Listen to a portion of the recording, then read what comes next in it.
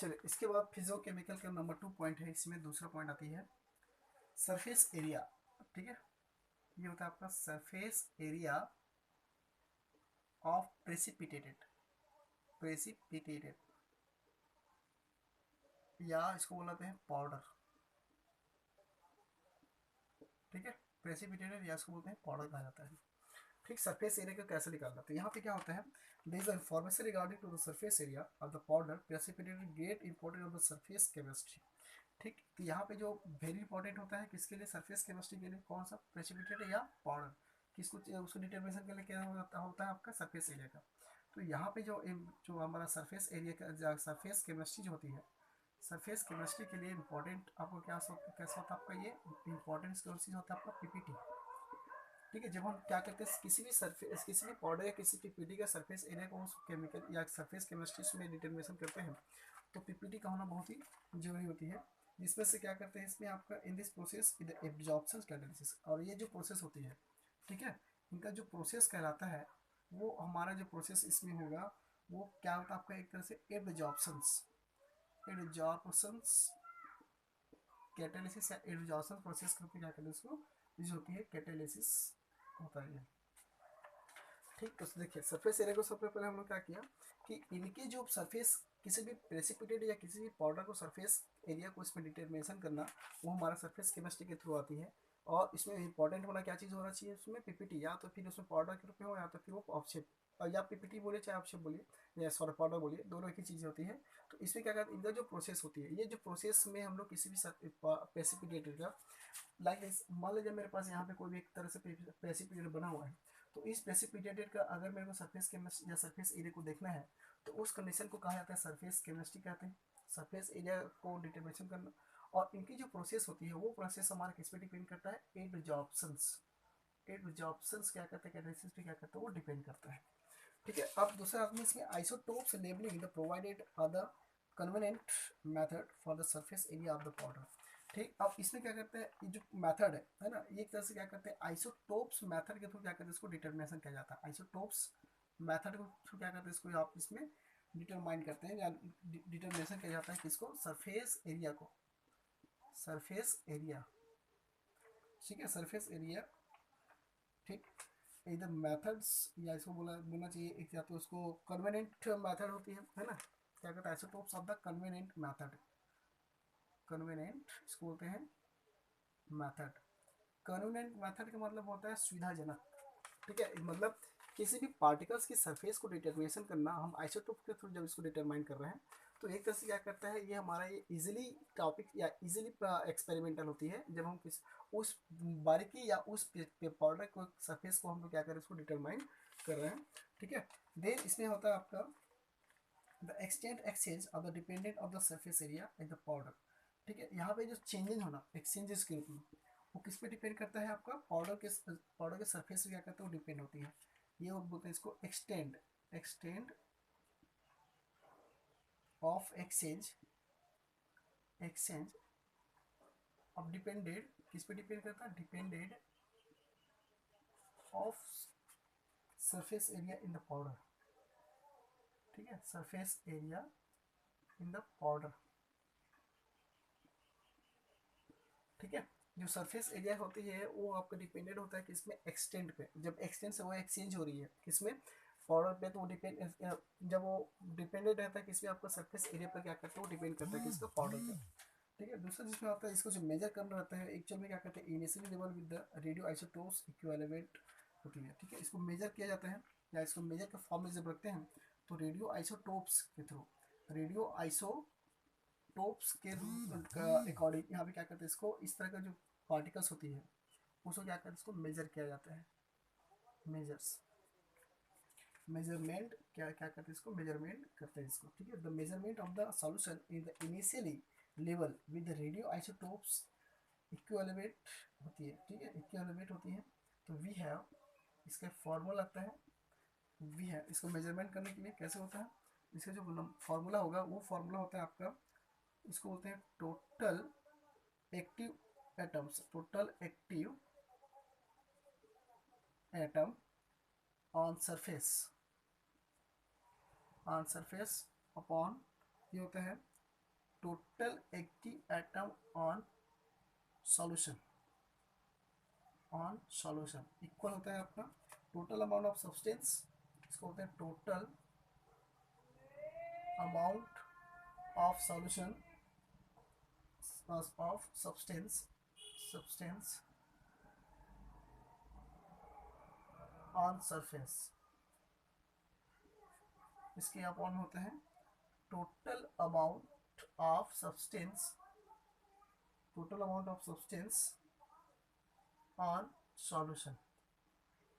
ठीक, तो ये जो फॉर्मूला दिख रहा है, तो इन फार्मूला के थ्रू क्या करते हैं हम, क्या करते हैं इनके जो आपका मेजरमेंट करना, किसको, पाउडर का जो सरफेस एरिया होता है, तो हम इस फार्मूला के थ्रू क्या करते हैं इसको मेजरमेंट कर सकते हैं। जैसे कि आपका यहाँ पे मान लीजिए बेरियम क्लोराइड से आपका बेरियम सल्फेट का फॉर्मेशन होना, या आप बोल सकते हैं कि सोडियम सल्फेट से आपका सोडियम सल्फेट से थ्रू बेरियम क्लोराइड का उसका फॉर्मेशन होना, जैसे like this barium chloride plus sodium sulphate. ठीक है, इनके थ्रू क्या करते हैं जब इसका फॉर्मेशन होता है बेरियम सल्फेट का, तो ये जो बेरियम सल्फेट के रूप में हमारा प्रिपेयर होगा सल्फेट, और सल्फर का देखा जाता है इसमें 36 होती है, तो इनकी सॉलिबिलिटी को डिटरमिनेशन करना या इसको मेजरमेंट करना, एक तरह से इस फार्मूला के थ्रू क्या करते हैं इसको हम लोग मेजरमेंट किया जाता है इसमें। ठीक है, जैसे कि आगे और मैं बता रहा हूँ मैं, ये तो हो गया इसके एग्जाम्पल के रूप में, है ना। मान लीजिए यहाँ पे मैंने एक एग्जाम्पल लिया barium chloride to sodium sulphate, है, तो सोडियम दोनों के थ्रू जब इसका प्रिपरेशन होती है, तो उस कंडीशन में यहाँ पे इसका बनना एक तरह से like this barium chloride plus Na2SO4, these are reacted by the formation of the barium sulfate and the plus 2 NaCl sodium chloride. तो these are the PPT formation of this the barium sulfate compound। ठीक है, तो यहाँ पे जो हमारा जो PPT बना बेरियम सल्फेट का, तो इस बेरियम सल्फेट का जो PPT बन रहा है, मान लीजिए मेरे पास यहाँ पे बेरियम सल्फेट का PPT बन के तैयार हो गया, these are, तो हम डिटरमिनेशन किसको कर रहे हैं, सरफेस एरिया को। तो इस कंपाउंड को सरफेस एरिया को डिटरमिनेशन करना है हमारा सरफेस केमिस्ट्री कहलाएगा। और ये जो उसका ये जो प्रोसेस होती है वो एब्जॉर्प्शन प्रोसेस पे क्या करते हैं, डिपेंडेंट या कैटालिसिस के रूप में यहाँ पे यूज होती है। दे रेडियो एक्टिविटी के अकॉर्डिंग इनका जो मेजरमेंट करना, तो मेजरमेंट हम लोग इसके जो फार्मूला लेके थे उनके थ्रू क्या करते हैं इसको मेजरमेंट किया जाता है। ठीक, और मेजरमेंट करने के साथ साथ इसमें जो आपका एक्टिविटी सरफेस कहलाता है, ये क्या करते हैं प्रिपेयर द बेरियम सल्फेट, ये क्या कहता है आपका एक्टिविटी, इसको बोलते हैं एक्टिविटी, इसको कहा जाता है activities specific activity of the specific PPT, या पाउडर या सरफेस कहा जाता है, सरफेस एरिया कहते हैं। तो अब क्या कहते हैं, ये rapidly exchange of the occur between the sulphate ions, है ना। ये क्या कहते हैं, जब हम इसी बेरियम सल्फेट की बात करते हैं, जब हम इस बेरियम सल्फेट के रूप में से बात करते हैं, तो क्या करते हैं एक तरह के एक्सचेंज होते हैं किसमें, आयनों में। These are the exchange of the sulphate two minus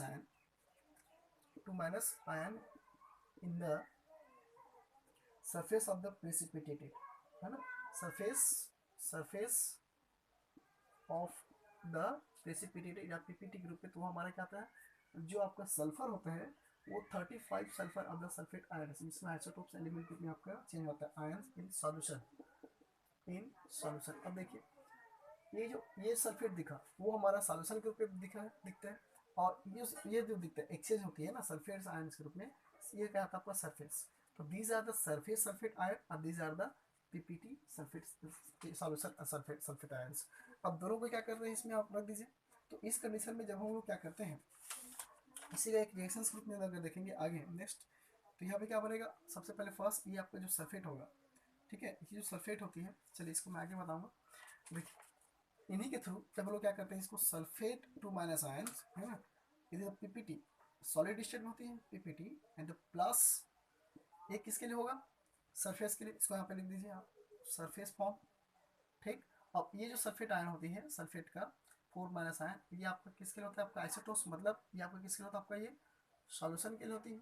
ठीक, जब दोनों तरह की इसमें रिएक्टिविटी होती है, तो उस कंडीशन में एक क्या बना रहता है आपका, ये जो प्रिपेयर होगा, ये आपका सल्फेट जो होगा वो सल्फेट एक्सचेंज के रूप में आता है। यहाँ पे लिखा है कि exchange of the sulphate ion in the surface of the PPT sulphate in the ions, है ना, सॉल्यूशन में। तो ये क्या हो जाएगा एक्सचेंज, है ना। तो यहाँ पे सरफेस था वो सॉल्यूशन में क्या करते हैं कन्वर्टेड हो जाती है, this are the plus sulphate ion solutions, है ना। ये होता है आपका किसमें, आपका सॉल्यूशंस में हो जाती है, और ये आपका क्या होता है आपका ये सरफेस में। ठीक, तो दोनों तरह के क्या कहते हैं कंडीशन में हम यहाँ पे इसको यूज करते हैं। तो इसलिए इसकी जो होती है, जो सल्फेट आयन होती है, stand for active of the inactive sulphate ions, है ना, दिस पॉइंट। अब देखिए जब इसको लिखेंगे आप, है ना, फॉर्मूला में इसको जब आप फिट करते हैं तो उस कंडीशन में ये होता है total sulphate ion on surface, और ये जाएगा आपका टोटल सल्फेट आयन, यहाँ पे ये आपका आइसोटोप्स के लिए आयन ऑन सॉल्यूशन, ठीक, इक्वल, ये हो जाएगा टोटल सब्सटेंस के लिए एक्टिव, याद लिख सकते हैं आप, एक्टिव सल्फेट आयन, ठीक है, ऑन सरफेस, अपॉन ये हो जाएगा आपका एक्टिव सल्फेट आयन ऑन, ये आता है आपका सॉल्यूशन। ठीक, तो इस कंडीशन के थ्रू क्या करते हैं हम, किसी भी कंपाउंड का उसके एक्टिव सरफेस एरिया को क्या कर सकते हैं, इसमें डिटरमिनेशन किया जा सकता है। So barium sulphate PPT the sodium solution. अब देखिए इनके थ्रू जो प्रिपरेशन हुआ है कैसे बनता है आपका, बेरियम सल्फेट के थ्रू, ठीक है, ये रिएक्शन ये अलग है, ये अलग है और ये अलग है। अब क्या बोलते हैं, बेरियम क्लोराइड से या बेरियम सल्फेट का जो प्रिपरेशन हुआ, पीपीटी के रूप में प्रिपरेशन हुआ है, वो किसके थ्रू प्रिपेयर होता है आपका, सोडियम सल्फेट के थ्रू, सोडियम सल्फेट सॉल्यूशन के थ्रू, सोडियम सल्फेट सॉल्यूशन के थ्रू प्रिपरेशन होती है। तो क्या बनाता है, इसका जो प्रिपरेशन ऑफ द टोटल आप लिखेंगे, है ना, तो इसका जो मतलब ये होता है इसी कंडीशन के थ्रू यहाँ पे अप्लाई करेंगे, तो अप्लाई करने के बाद क्या बनाता है इस कंडीशन में, ये होता है आपका S1 माइनस S2 अपॉन, ये होता है S2, दिस आर सॉल्यूशन। या इसको आगे जब इसको फॉरवर्ड करेंगे तो ये बनाता है B equal M1 upon DL, ये होता है आपका 2/3 पॉइंट, ये उसके यूनिटिबल्स का फॉर्मूला होती है, और ये होता है आपका टोटल उसका सॉल्युबिलिटी का फॉर्मूला होती है।